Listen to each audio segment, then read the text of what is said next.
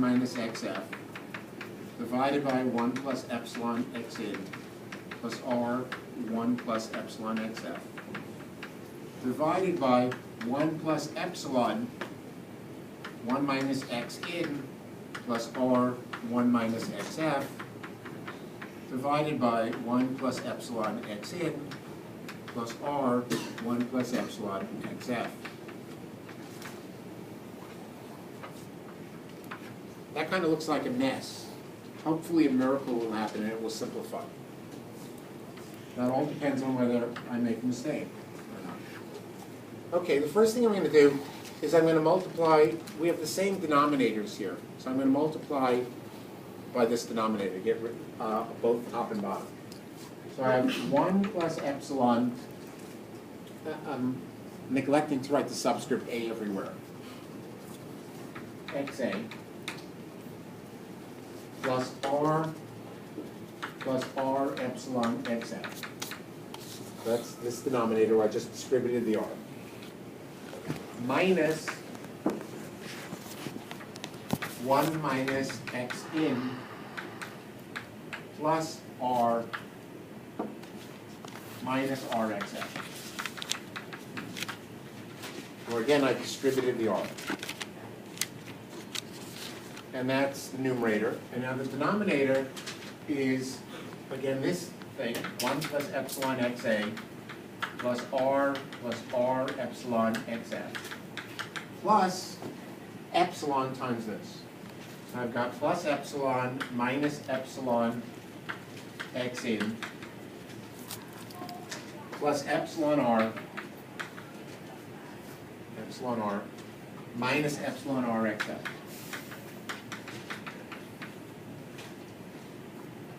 And let's see if anything cancels.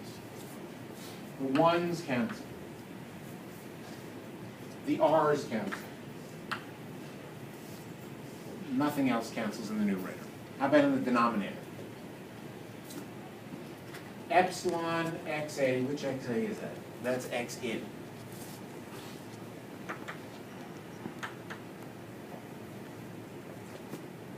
Epsilon x in cancels an epsilon x in.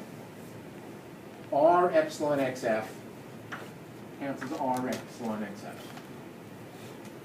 So I have a bunch of terms that cancel.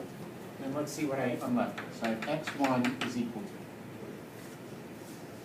So I've got epsilon x in plus R epsilon xf minus plus x in plus R xf.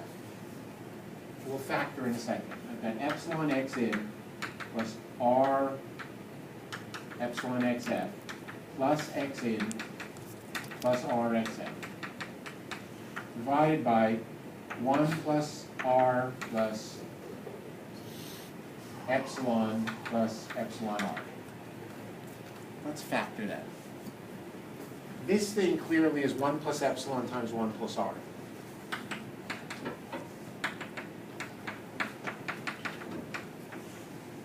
Multiply it out, I get 1 plus epsilon plus r epsilon. This thing also, two terms have an epsilon, two of them have an r, two have an x in, two have an xf. This clearly can also be factored. And let's see if we can figure out what those factors are.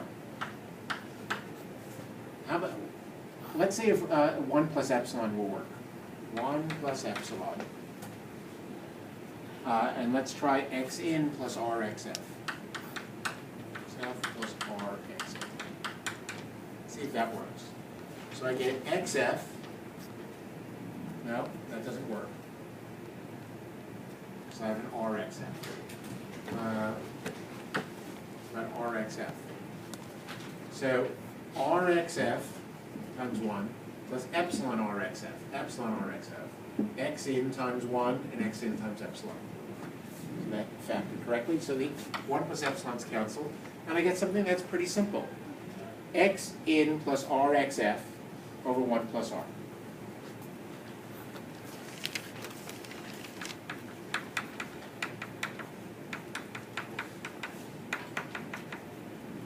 Not so bad.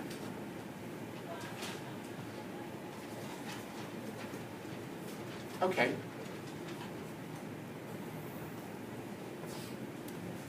Before I plug in, I have we have to go back and examine something to make sure we haven't made a conceptual error. Let's go back to the plug flow reactor.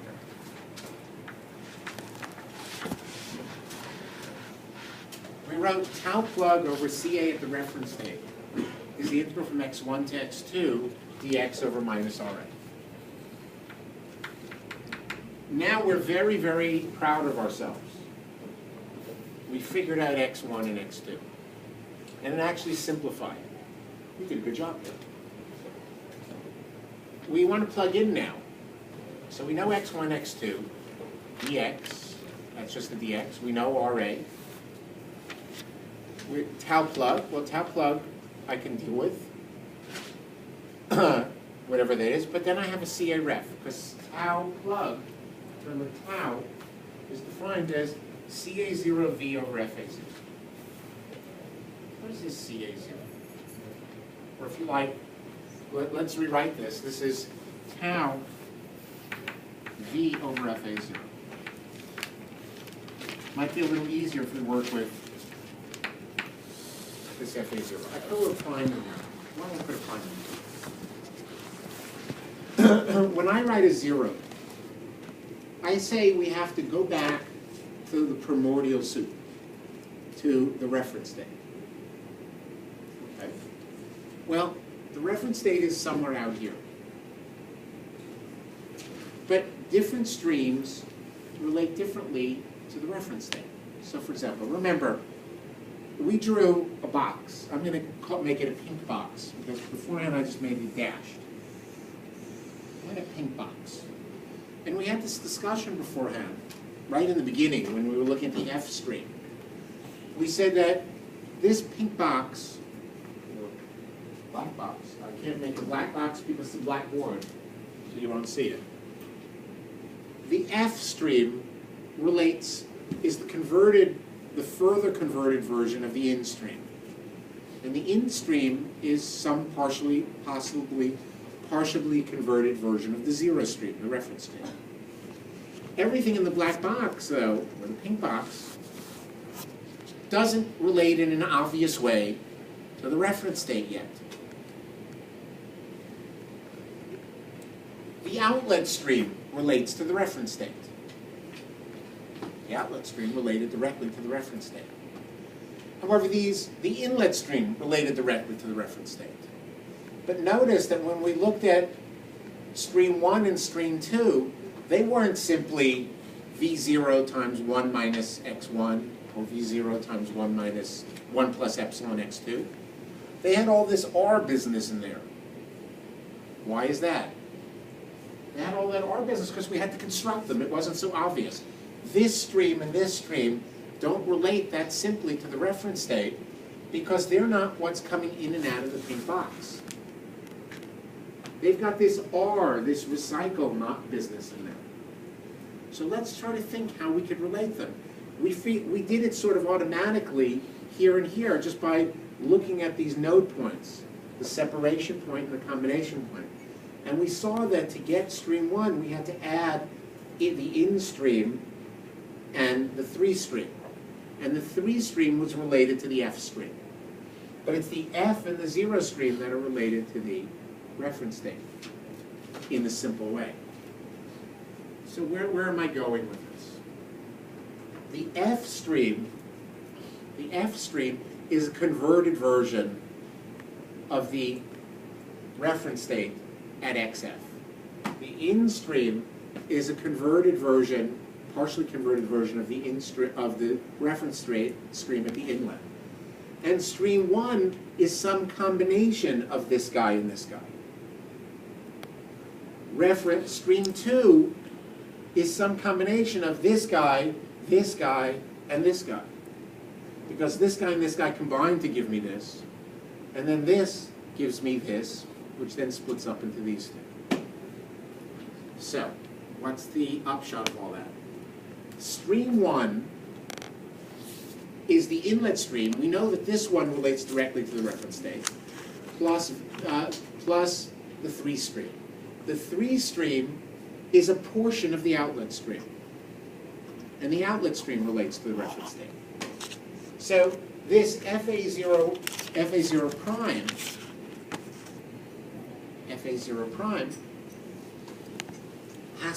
is the one stream back at the reference state. So I need to get the one stream. The one stream, so let's figure out what that is. FA0 prime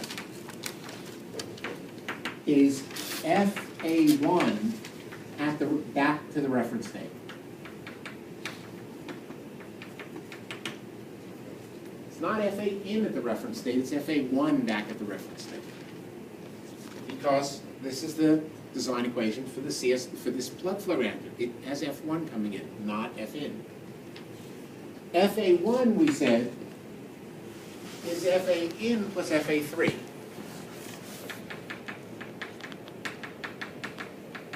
Both of them back to reference state.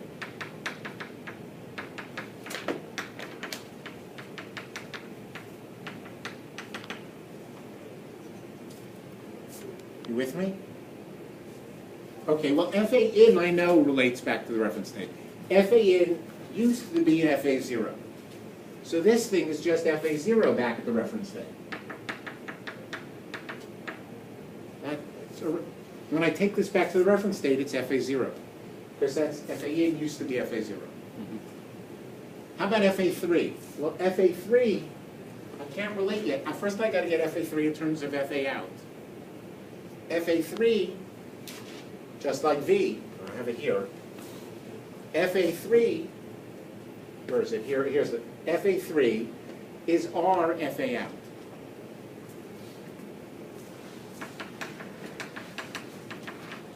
Back to reference state. But FAF is outside of the pink box, so that's just a converted version of FA0. So this thing, back at the reference state, is also just FA0. So this now is just R plus 1 FA0. So this FA0 prime is R plus 1 FA0. And now we're ready to write the equation, the design equation for the recycle reactor. And that tells me that V over FA0 prime, which is V over R plus 1 FA0, is the integral from dx over minus RA from x1, where's x1? X in plus RXF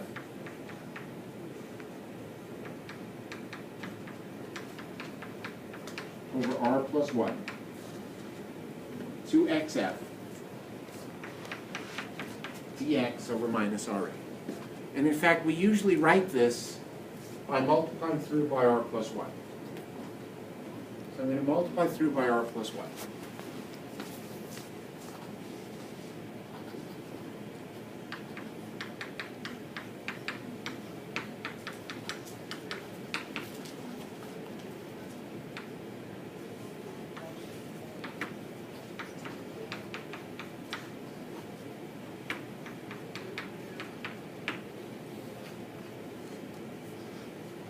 We usually just write this part. And this is the design equation for a recycle reactor.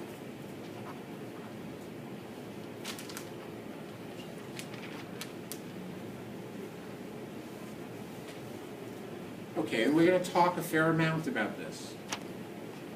Kind of like 20 minutes, 23 minutes to talk about it. Are there any questions so far? Notice how the recycle ratio, you could think of it, there's a dial here. I can dial the recycle ratio. And that recycle ratio, when I dial it, I change this, and I also change the lower limit of the integral. So why don't we make a little graph here and look at this graphically before we do a little algebra.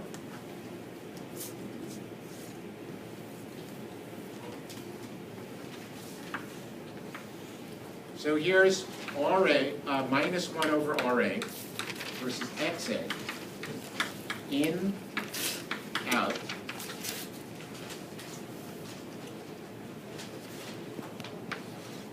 Let's say I have some complicated reaction that looks like this.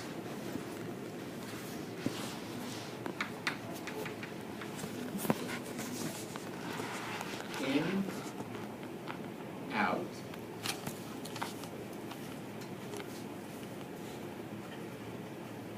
Notice I've got an integral. I've got an area under the curve, and I've got an x in plus rxf over r plus 1.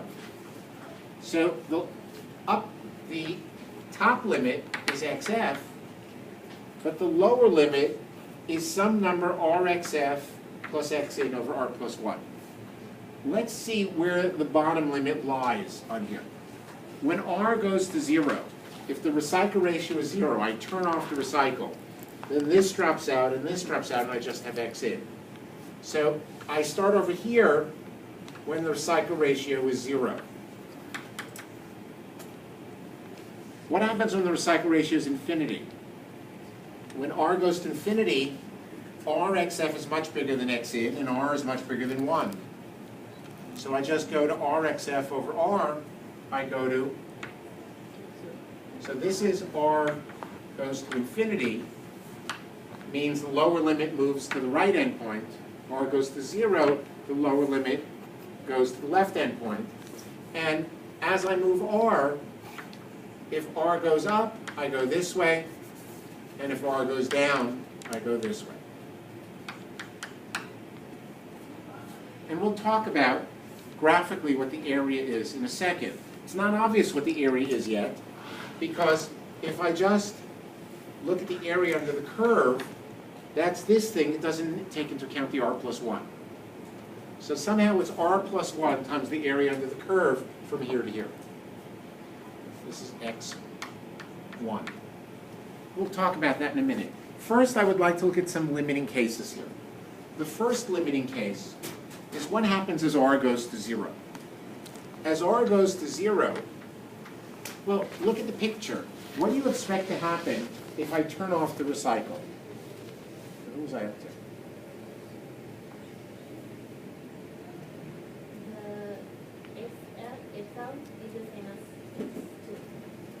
X out is the same as x2. If x out is the same as x2 because there's no recycle, this should just become the good old plug flow reactor.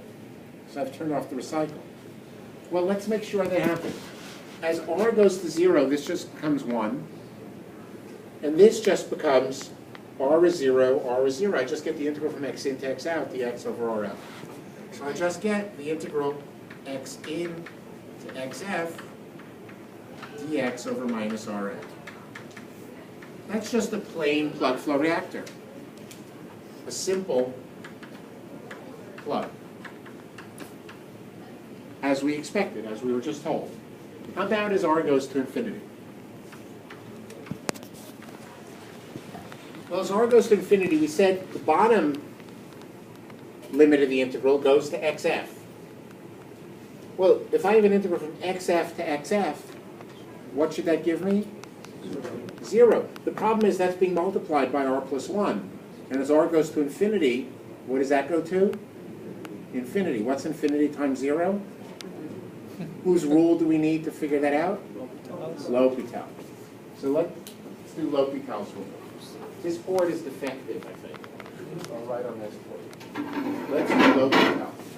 So in order to do L'Hopital, I need to write it as 0 over 0. So I'm going to write v over fa0. Oh, this is a good blackboard. This is better than that one. High quality slate. So I want to write it as 0 over 0. So I have got the integral rxf plus xi in over r plus 1 xf dx over minus rx. That we know goes to 0. Over 1 over r plus 1. So the limit as r goes to infinity of this thing. This goes to 0 and this goes to 1 over infinity. So I know that's equal to the limit as r goes to infinity of the numerator of the limit as r goes to infinity of the denominator. Fine. Why don't we write it as dER instead of pi?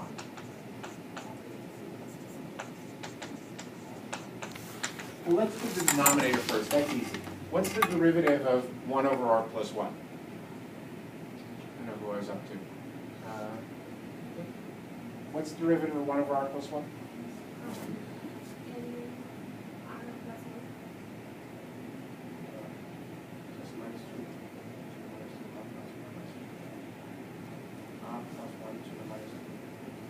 Plus 1 to the minus 2?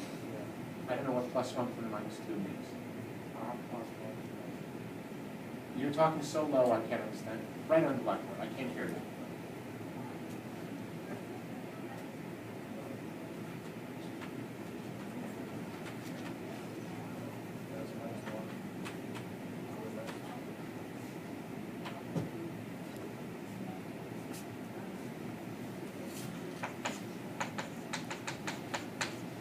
Since you sit in the back, bring a piece of chalk with you.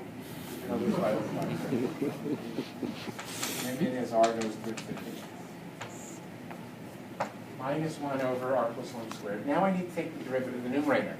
But I need to take the derivative of something where r appears in the limit of the integral only. Do you remember how to do that? Whose rule do you use to do that? Should have had this in transport 1 or in calculus 1. It's called Leibniz's rule.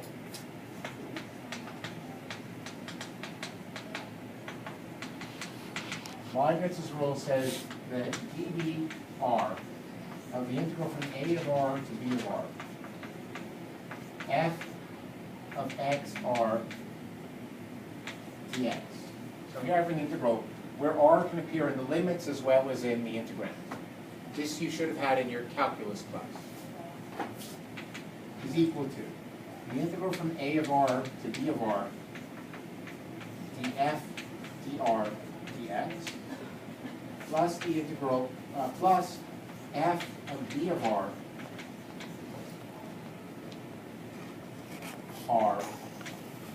db dr minus f of a of r dA dr. So you take, the first term is the partial derivative of the integrand, integrated. The second term is the integrand evaluated at the upper limit times the derivative of the upper limit. And the third term is the integrand evaluated at the lower limit times the derivative of the lower limit. In this particular problem, the only place you see r is in the lower limit. So df dr, since f doesn't involve capital R, is 0. dB dr, since b doesn't involve capital R, that's also 0. So the only term I have is minus f of a r dA dr. So what is that? F is minus 1 over Ra. So I've got minus 1 over Ra evaluated at the lower limit. The lower limit, we said, is x1.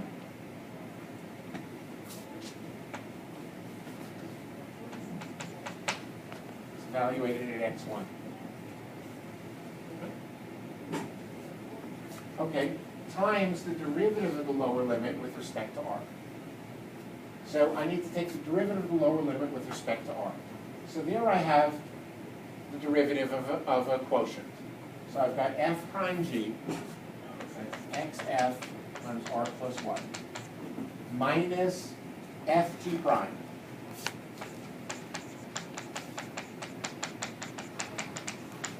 F times g prime is 1 over 3 squared.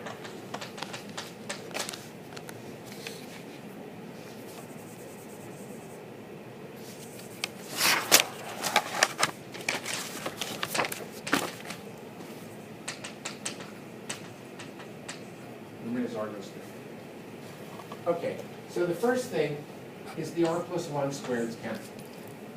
That's good. The next thing is I have rxf canceling rxf. And I'm left with xf minus xin. So what do I have here? I've got the limit as r goes to infinity. xf minus xin over minus ra 1. And since there's no capital R's in here, all the R's are canceled, I don't need the limit anymore.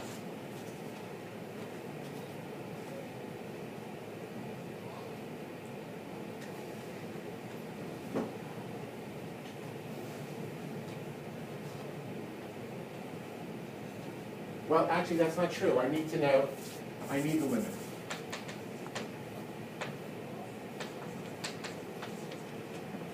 Minus RA1. Well, this means RA evaluated at x1 is equal to RXF plus Xn over R plus 1. Because it's evaluated at x1. x1 is this. x1 depends on R, so I do need the limit. So what is this equal to? This is equal to XF minus Xn over minus RA, evaluated where? What's the limit as R goes to infinity of this?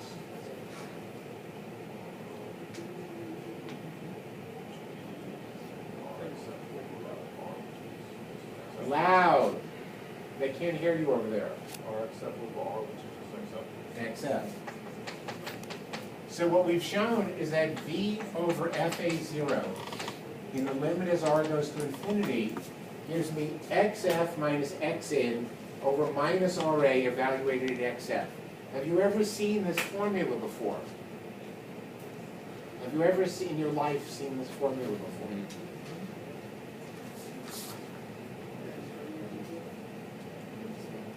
Loud. Loud. CSDR? Did you hear what she said? CSTR. CSTR.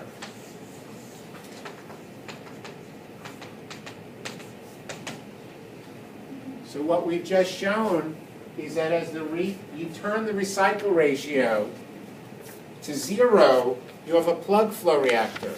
You turn it to infinity, you have the performance of a CSTR.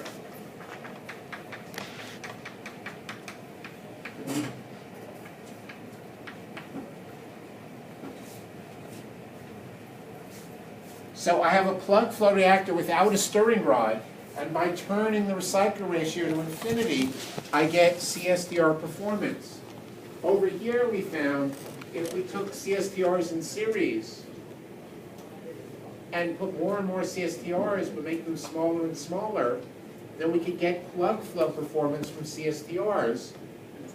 Now we showed with the recycle reactor we could get CSTR performance with the plug flow reactor. Tell me that's not exciting. Any questions so far? Okay, so now we'd like to go back to our graphs. Does anyone remember the mean value theorem from calculus? You know, a prerequisite for every course in chemical engineering. What does the mean value theorem say? Volunteer, since this is not in this course, it's just a prerequisite for all the courses that were prerequisites for this class.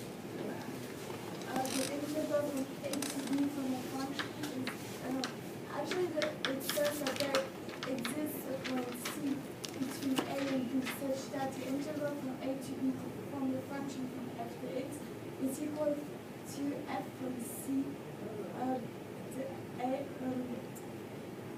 delta x, so from You're getting there, A to B. Okay. That was correct. Let me just fill in the details. Okay. Theorem. Mean value, integral mean value theorem.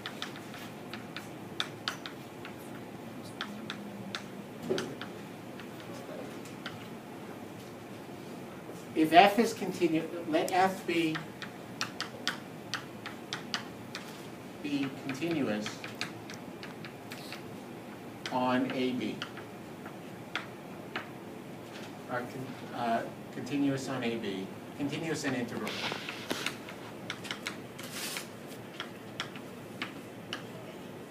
Integral means it doesn't go to infinity too fast on AB. Then there exists, backwards E means there exists, at least one C, where C is in the interior of the interval, between A and B, such that the integral of f of x dx from A to B is f of c times b minus a. And that's called the mean value theorem because it has a very simple graphical interpretation. If I have some function, and I integrate, say, from A to B, then the area under the curve is equal to the area of some rectangle.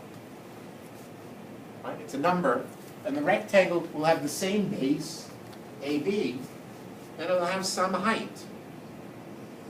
And in particular, that height will cross the curve somewhere between A and B, at least once. Meaning that this little piece of area and this piece of area are the same. Hopefully you've seen this theorem before. If you haven't, I don't know what to say. Okay, so I claim that the mean value theorem will help us understand what this thing is.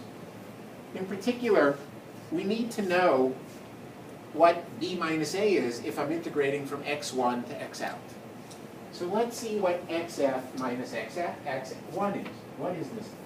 So xf minus x1 is xf minus rxf plus x in over r plus 1. And if I bring this all under one denominator, I have an r plus 1 here. I have rxf plus xf minus rxf minus x in. Notice the faster I write, the worse my handwriting is. So the x, these cancel, and I'm left with xf minus x in over r plus 1. So one thing I can see is that this width here is equal to xf minus x in over r plus 1.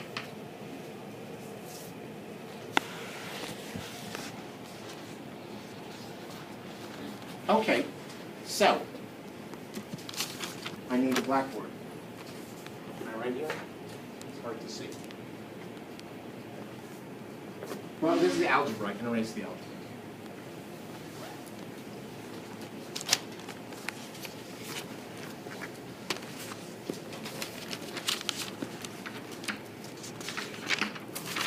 All right, so let's look at this thing, the right side of this equation.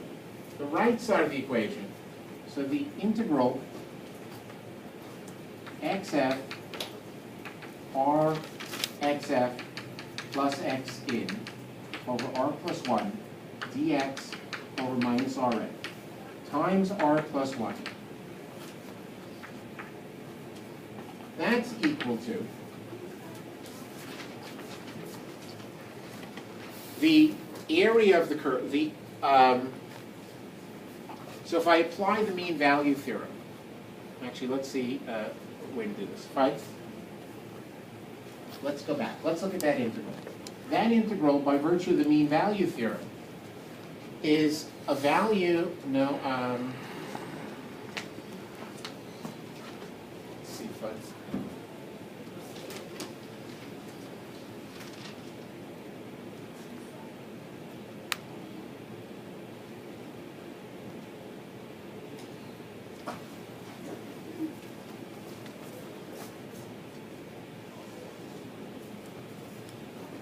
What is this telling me? This is telling me the following.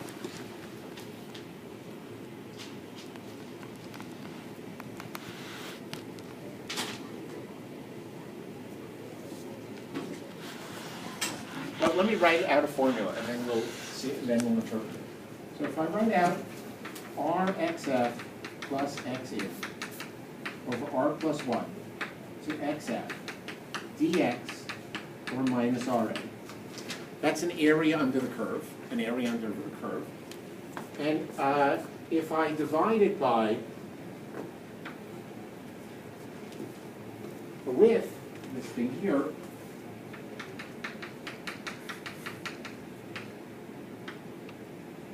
where was it? Over r plus 1.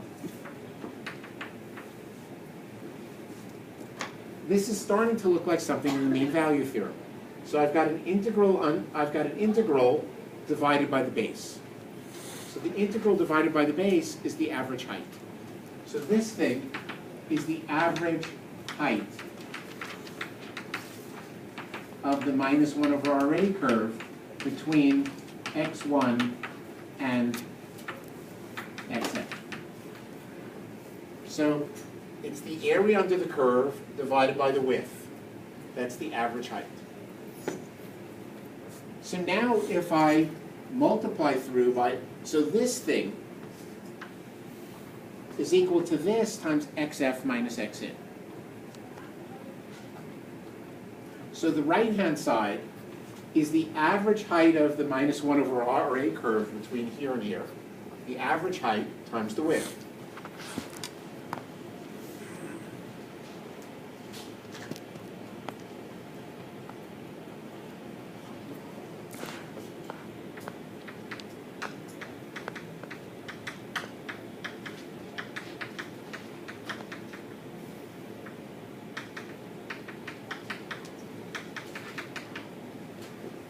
Times, not the width from here to here, but the entire width.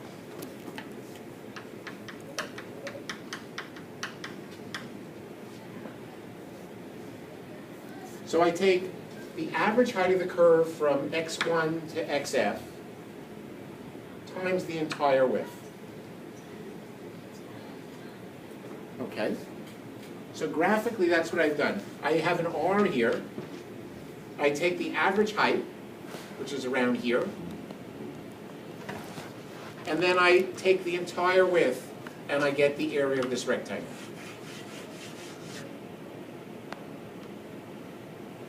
Why is that interesting? What is this equation telling me? This equation is telling me something about the area of that rectangle.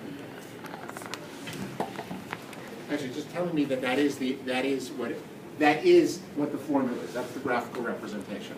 So let's look at it again, because that's all we're going to have time for today.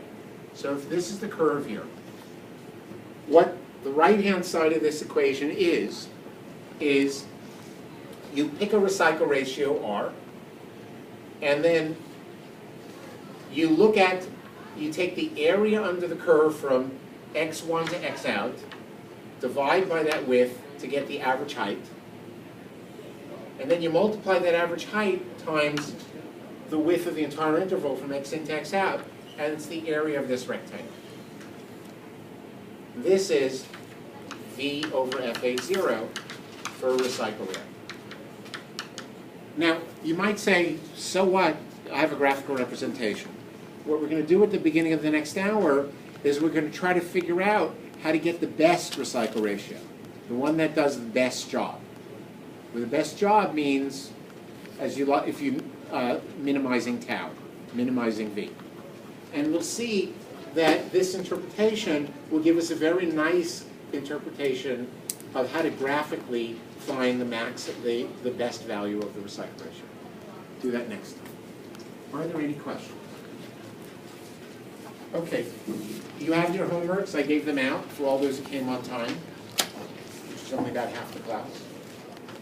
And I think you can do all these, just about all these problems already.